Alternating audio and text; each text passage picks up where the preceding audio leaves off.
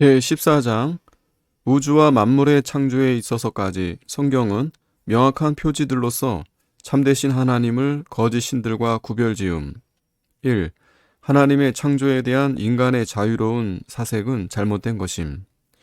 이사야 선지자는 거짓 신들을 예배하는 어리석은 자들을 올바르게 책망하고 있습니다.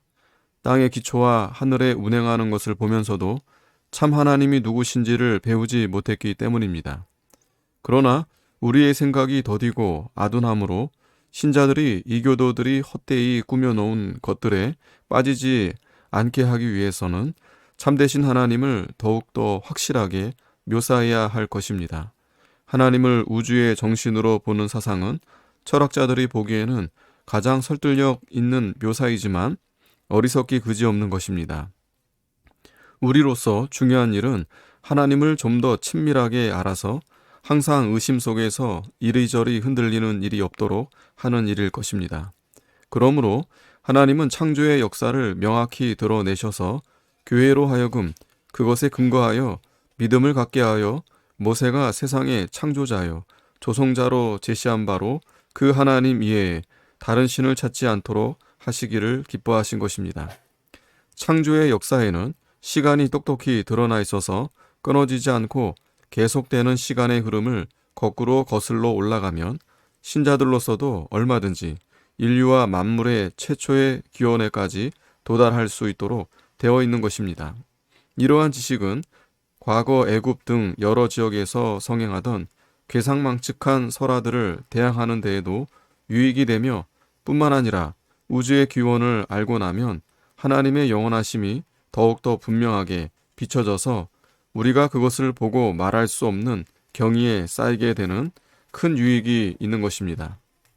불경스러운 자들은 하나님이 천지를 수천 년 이상 일찍 지으셨을 수도 있었을 텐데 무수한 시간을 그냥 한가하게 흘러 보내시고 천지를 지으시려는 생각을 일찍 갖지 않으셨고 그래서 천지가 창조된 지 아직 6천년도 채 되지 않았는데 그 궁극적인 종말이 가까워 오고 있으니 참 이상한 일이라는 식으로 조롱하고 있으나 우리는 이런 조롱에 흔들려서는 안 될 것입니다. 우리로서는 하나님이 어째서 그렇게 오랫동안 그 일을 미루셨는지를 묻는다는 것은 정당한 것도 아니요 사리에 맞지도 않습니다. 인간이 아무리 그렇게 깊이 그 문제를 꿰뚫고 들어가려 해도 언제나 실패할 뿐이기 때문입니다.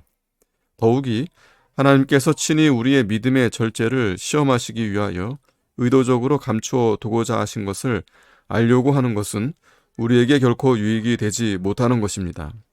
어느 부끄러움 없는 사람이 한 경건한 노인에게 조롱하며 하나님이 천지를 창조하시기 전에 하나님은 무엇을 하셨느냐고 물었다고 합니다.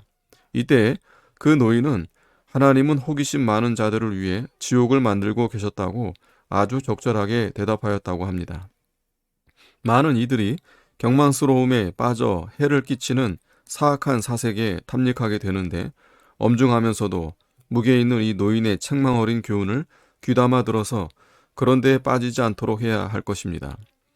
우리는 지혜와 권능과 의가 도무지 헤아릴 길 없으시며 눈으로 볼 수도 없으신 하나님께서 모세의 역사를 우리 눈앞에 하나의 거울로 제시하셔서 그 속에서 자신의 살아있는 형상을 비추어 주셨다는 사실을 기억하도록 해야 합니다. 나이가 들어 시력이 약화되었든지 혹은 다른 결함으로 인하여 눈이 어두워졌을 때에는 안경의 도움이 없이는 사물을 명확히 볼 수 없는 것처럼 우리가 그처럼 연약함으로 하나님을 찾는 일에 대해서 성경이 우리를 도와주지 않으면 우리는 곧바로 혼란 가운데 빠지고 마는 것입니다. 스스로 방종에 빠져 있는 자들은 지금 아무리 경고를 해도 전혀 듣지 않을 것이고 나중에 끔찍스러운 파멸에 빠지고 난 후에야 비로소 경건한 마음으로 하나님의 은밀한 목적들을 받아들이는 것이 경망스러운 언사로 하나님을 모독하여 하늘을 흐리게 만드는 것보다 얼마나 더 나은 일이었는가를 뒤늦게 느끼게 될 것입니다. 이런 점에서 하나님의 뜻보다 더 높은 원인을 찾는 것은 하나님을 모욕하는 것이라는 아우구스티누스의 지적은 정말 올바른 것이라 하겠습니다. 그는 다른 곳에서도 시간적인 무한에 대해서나 공간적인 무한에 대해서 의문을 제기하는 것은 똑같이 부당한 것이라고 지혜롭게 경고하고 있습니다. 하늘이 아무리 넓게 확장된다 해도 역시 거기에는 한계가 있는 법입니다. 혹시 누군가가 하나님께 허공이 현재의 하늘보다 100배쯤 더 커지게 하시기를 구한다면 경건한 사람으로서는 당연히 이런 오만함을 끔찍스러워하지 않겠습니까? 하나님께서 실제로 세상을 창조하신 때보다도 아득히 먼 그 옛날에 창조하실 수도 있었는데 그렇게 하지 않고 한가하게 세월을 보내셨다는 식으로 비난하는 자들이 있지만 그들 역시 똑같이 오만과 방종에 빠져 있는 것입니다. 그들은 자기들의 호기심을 만족시키기 위하여 세계 바깥으로까지 나아가려 합니다. 마치 하늘과 땅의 그 광활한 경계 속에 있는 그 무수하고 찬란한 것들로도 우리의 감각을 다 만족시켜 줄 수 없는 것처럼 말입니다. 마치 6,000년이라는 긴 세월 동안 하나님께서 보여주신 무수한 증거로도 우리의 마음으로 진지하게 묵상하기에 충분하지 못한 것처럼 말입니다.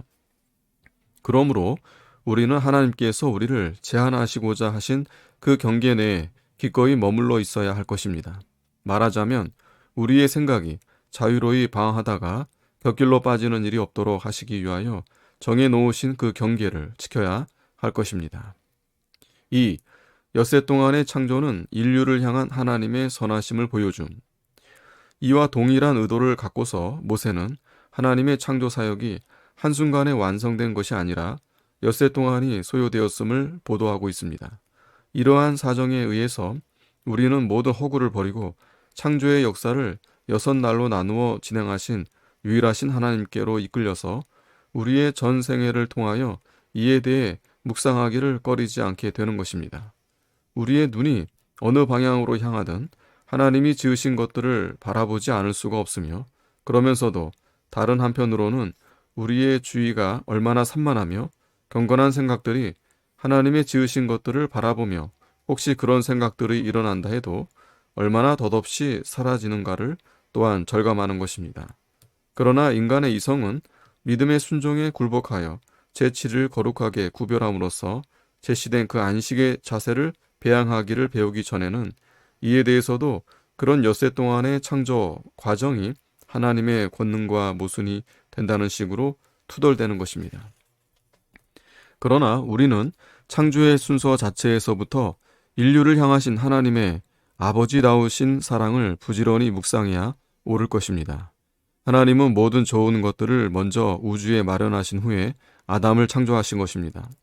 만일 하나님께서 아담을 아직 아무것도 없이 황폐한 땅 위에 두셨더라면, 빛이 있기 전에 그에게 생명을 주셨더라면 그것은 아담에게 별로 관심을 두지 않으신 처사로 보였을 것입니다.